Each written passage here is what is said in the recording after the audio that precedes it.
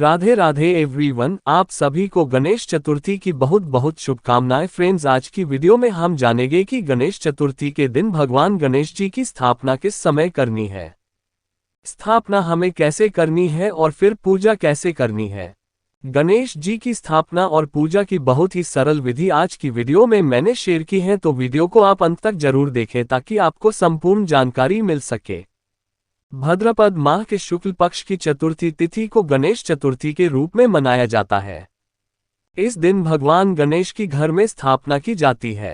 कुछ लोग एक दिन, 3 दिन, 5, 7 या 10 दिन के लिए भगवान गणेश जी की स्थापना करते हैं। तो चलिए देखते हैं कि स्थापना हमें कैसे करनी है। सबसे पहले तो चतुर्थी तिथि को, जो अभी 19 सितंबर को है, सुबह सुबह स्नान आदि करने के बाद घर में जिस जगह पर भी आप स्थापना करेंगे उस जगह को अच्छे से साफ कर लेंगे। उसके बाद वहां पर एक चौकी लगा लेंगे। चौकी पर हम लाल, पीला, गुलाबी कोई भी वस्त्र बिछा लेंगे और अच्छी सी आप सजावट कर लेना। खूब बढ़िया डेकोरेशन करना भगवान गणपति के स्वागत के लिए। उसके बाद देखिए, जब स्थापना करेंगे तो सबसे पहले चौकी पर हम थोड़े चावल रखेंगे। चावल रखने के बाद भगवान गणेश जी की जो भी आप मूर्ति लेकर आए हैं उनको यहाँ पर विराजमान करेंगे। तो बहुत ही प्रेम से हमें गणेश जी को विराजमान करना है, पर हमने गणेश जी की स्थापना कर ली है। उसके बाद मंदिर में जो हम गणेश जी की मूर्ति की डेली पूजा करते हैं उनकी भी हमें स्थापना चौकी पर जरूर करनी है। तो यहाँ पर देखिए, हमने चावल की ढेरी लगा ली है। 3 ढेरी हमें लगानी है, एक गणेश जी के लिए और रिद्धि माता और सीधी माता के लिए। तो 3 का चावल की ढेरी हमने लगा ली है। एक पर हम गणेश जी को विराजमान करेंगे। तो जिन गणेश जी की पूजा हम डेली करते हैं, जो हमारे मंदिर में विराजमान है, वो गणेश जी की मूर्ति हमें लेनी है। उसके साथ ही सुपारी के रूप में हम रिद्धि माता और सिद्धि माता को भी विराजमान कर देंगे। तो यहाँ पर ये स्थापना हो गई है। उसके बाद हमें कलश की स्थापना करें। कलश की स्थापना गणेश जी के राइट हैंड की तरफ हमें करनी है। तो देखिए, इधर की तरफ हम चावल की थोड़ी सी देरी लगा लेंगे। आप चाहे तो अष्टदल कमल बना सकते हैं। अगर आपको अष्टदल कमल बनाना नहीं आता है तो चावल की ऐसे ढेरी लगाकर उसके ऊपर आप कलश की स्थापना कर सकते हैं। तो यहाँ पर मैंने अष्टदल कमल बना लिया है। अब हम एक कलश ले लेंगे। पीतल, तांबे या मिट्टी का कलश ले लीजिए। उसके ऊपर हम मोली बांध लेंगे और स्वस्तिक बना लेंगे। तो पहले ही स्वस्तिक बना लें, क्योंकि स्थापना के बाद फिर थोड़ा मुश्किल हो जाता है। तो यहाँ पर मैनमरी बांदरी है। एक स्वस्त बना लिया है। अब हम इसको कंठ तक शुद्ध जल से भर देंगे। फिर उस जल में हम एक सुपारी डालेंगे, एक सिक्का, लौंग और इलायची डालनी है। साथ में ही हमें एक साबुत हल्दी डालनी है। साबुत हल्दी ना हो तो हल्दी पाउडर भी आप एक चुटकी डाल सकते हैं। सारी चीजें हम यहाँ पर कलश में डाल देंगे।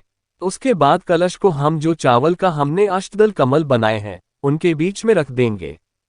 अब इसके बाद हमें आम के पत्ते लेने हैं।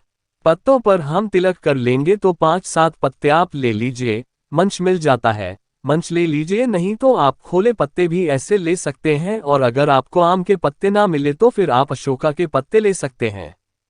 लेकिन अगर आप 10 दिन की स्थापना कर रहे हैं तो आम के पत्ते लीजिएगा, क्योंकि आम के पत्ते काफी दिन तक हरे रहते हैं। फिर हम एक नारियल ले लेंगे। नारियल पर तिलक कर लेंगे, कलावा बांध लेंगे। आप देखिए, नारियल रखने के 2 तरीके होते हैं। या तो आप नारियल का मुख ऊपर करते हुए सीधे इस तरह से नारियल रख सकते हैं, या आप इस तरह से लिटा के नारियल रख सकते हैं। दोनों ही तरीके बिल्कुल सही है। आप किसी भी तरीके से नारियल रख सकते हैं। अभी क्योंकि मैं नारियल रखने वाली हूं तो इसके लिए मैंने एक प्लेट ले ली है। उसमें चावल भर लिए हैं। मैंने तो चावल को पूरा भर लेना है। उसके बाद इस प्लेट को कलश के ऊपर रखेंगे और इसके ऊपर हम नारियल रख देंगे। नारियल का जो मुख है वो पूजा करने वाले की तरफ होना चाहिए। तो ऐसे कलश की स्थापना हो जाएगी। सभी चीजों की स्थापना हमने कर दी है। अब किसी को भी हमें हिलाना नहीं है। ये सब ऐसे ही विराजमान रहेंगे। चौकी पर जितने दिन की स्थापना है उतने दिन तक अब हम पूजा शुरू करेंगे। तो सबसे पहले जल के छींटे लगाकर भाव रूप में सभी को स्नान करा लेंगे, यानी कि हमें शुद्धिकरण कर लिया है। उसके बाद हम दिया जलाएंगे। आप चाहे तो सीधा चौकी पर भी दिया जला सकते हैं, लेकिन अगर प्लेट वगैरह लेते हैं तो आरती करने में आसानी होती है। इसलिए मैंने प्लेट ले लिया तो दिया हम जला लेंगे। दिया जलाने के बाद अब हम तिलक करेंगे। तो स्नान हमने सभी को करा दिया था। अब सबसे पहले तो चंदन से हम तिलक करेंगे, उसके बाद हम रोली से तिलक करेंगे। मैं आपको स्थापना का शुभ मुहूर्त बता देती हूँ। वैसे तो 19 सितंबर के दिन गणेश चतुर्थी है और पूरा दिन ही बहुत शुभ मुहूर्त। आप किसी भी समय स्थापना करते हैं, लेकिन जो सबसे सर्वोत्तम मुहूर्त है वो सुबह 11:07 पर है। यानी कि 19 सितंबर को सुबह 11:07 पर गणेश जी की स्थापना का सर्वोत्तम मुहूर्त है। आप इस मुहूर्त में भगवान गणेश जी की स्थापना अपने घर पर कर सकते हैं, और अगर आप इस मुहूर्त में ना भी कर पाए तो पूरा दिन ही बहुत उत्तम है। गणेश चतुर्थी का दिन है, आप किसी भी समय गणेश जी की स्थापना कर सकते हैं। तो इस तरह से हमें स्थापना करनी है। तिलक करने के बाद हम वस्तु स्वरूप से कोक अलावा समर्पित कर देंगे और उसके बाद फिर हम जनेऊ समर्पित कर देंगे। तो यहाँ पर हम गणेश जी को जनेऊ समर्पित कर देंगे। माता रिद्धि सिद्धि को सभी को हमने अलावा समर्पित कर दिया है। फिर हम फूल समर्पित कर देंगे। तो लाल रंग के फूल मिल जाए तो सबसे बढ़िया बात है। गणेश जी को लाल रंग के फूल अति प्रिय है, लेकिन अगर लाल रंग के फूल ना मिले तो जो भी फूल आपको मिल जाते हैं वो फूल आप समर्पित करें। दिए को भी हमें फूल समर्पित करने हैं और दिए को भी हमें तिलक करना है। उसके बाद हम दुर्वा समर्पित करेंगे। तो दुर्वा घास हमें जरूर समर्पित करनी है। आप किसी भी पाक से दूर्वा घास ले आए। दूर्वा घास की व्यवस्था आपको रोजाना करनी है, या फिर आप एक बार दूर्वा घास लाकर फ्रिज में भी रख सकते हैं, बासी नहीं होती है। कितने दिन की आपने स्थापना की है, रोजाना हमें दुआ कहा जरूर समर्पित करनी है।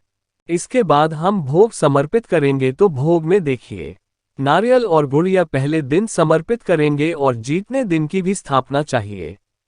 अपने 10 दिन की स्थापना की हो, चाहे 5 दिन की, 3 दिन की, 1 दिन की, 7 दिन की, जीतने भी दिन की स्थापना की है, ये गुड़ नारियल चौकी पर ही रहेगा, इसे नहीं उठाना है। उसके साथ ही हम पंचमेवे समर्पित करेंगे। तो जो भी 5 ड्राई फ्रूट आपके पास हो वो आप मिक्स करके रखें और वो भगवान गणेश जी को आप समर्पित कर सकते हैं।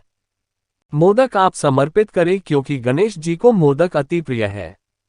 आप चाहें तो घर पर गणेश जी के लिए मोदक बना सकते हैं, नहीं तो आप बाजार से भी बने हुए मोदक लेके आ सकते हैं। मोदक ना मिले तो आप लड्डू का खूब भी लगा सकते हैं। इसके साथ ही हम फल समर्पित करेंगे। जो भी ऋतुफल आपको मिल जाए आपको ऋतुफल समर्पित करें। कोशिश करें कि केले का फल आप जरूर समर्पित करें। वैसे भी केला हर समय अवेलेबल होता है, तो केले का भुगतान आप जरूर समर्पित करें। इसके साथ ही हम जल जरूर समर्पित करेंगे। भूख जल के बिना कभी भी पूर्ण नहीं होता है, तो जब भी आप भगवान को भोग समर्पित करें, जल अवश्य समर्पित करें। तो 1 लोटा शुद्ध जल हम समर्पित कर देंगे और हाथ जोड़कर गणेश जी से भोग स्वीकार करने के लिए प्रार्थना करेंगे। हम दक्षिणा समर्पित करेंगे। तो दक्षिणा हमें 1 बार समर्पित करनी है। आप चाहें तो जिस दिन आपने गणेश जी की स्थापना की है उस दिन आप दक्षिणा समर्पित कर सकते हैं, या फिर आप जिस दिन आप विसर्जन करने जा रहे हैं उस आप दक्षिणा समर्पित कर सकते हैं। यानी एक ही बार हमें दक्षिणा समर्पित करनी है। इसके बाद हाथ में हम फूल लेंगे और भगवान गणेश जी से प्रार्थना करेंगे कि हे भगवान, हम इतने दिन के लिए अपने घर में आपकी स्थापना कर रहे हैं, कृपा करके सारी पूजा ये निर्विघ्न संपन्न कराए, मेरी मनोकामनाएं पूर्ण करें और आप हमारी प्रार्थना को स्वीकार करें। तो इस तरह से हम संकल्प करके जो फूल है भगवान के चरणों में छोड़ देंगे। फिर हम धूप दीप दिखाएंगे और फिर हमें आरती करनी है। तो बहुत ही प्रेम पूर्वक हम गणेश जी की आरती करेंगे, और जब आप पूजा करेंगे ना तो गणेश जी की फोटो के साथ ही आपको मूषक महाराज भी देखेंगे, तो उनकी भी आपको पूजा साथ में करते हैं।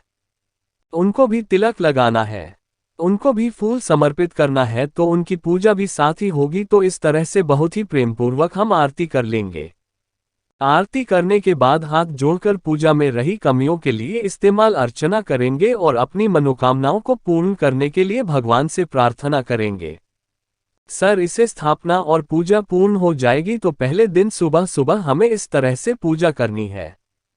पूजा करने के बाद जो जल का लोटा हमने लिया है वो हम सूर्य देवता को अलग दे देंगे और उसके बाद जो भी भोग प्रसाद हमने लिया है वो सभी को प्रसाद स्वरूप हम बांट देंगे। तो घर में जितने भी सदस्य हैं सभी को भी प्रसाद स्वरूप आप बांट सकते हैं। बस जो हमने नारियल और गुड़ लिया है ना उसको हमें नहीं उठाना है, ये चौकी पर ही रहेगा। इसके अलावा जो मिठाई, ड्राई फ्रूट, जो फल आपने चढ़ाए हैं वो आप सभी भक्तजनों में प्रसाद स्वरूप बांट सकते हैं। तो इस तरह से हमें पूजा करनी है। शाम को भी हमें भोग समर्पित करना है और शाम को भी हमें आरती करनी है। तो शाम को तो बस भोग और आरती होता है, ज्यादा पूजा शाम को नहीं होती है। सुबह की पूजा थोड़ी विस्तृत होती है। तो इस तरह से हम गणेश चतुर्थी के दिन स्थापना और पूजा करते हैं। अगले दिन हमें कैसे पूजा करनी है, पूरे 10 दिन तक पूजा कैसे करेंगे। तो दोस्तों आपको वीडियो कैसी लगी कमेंट में बताएं और वीडियो को अपने सभी रिश्तेदारों तक शेयर करें। ओम श्री गणेशाय नमः। धन्यवाद।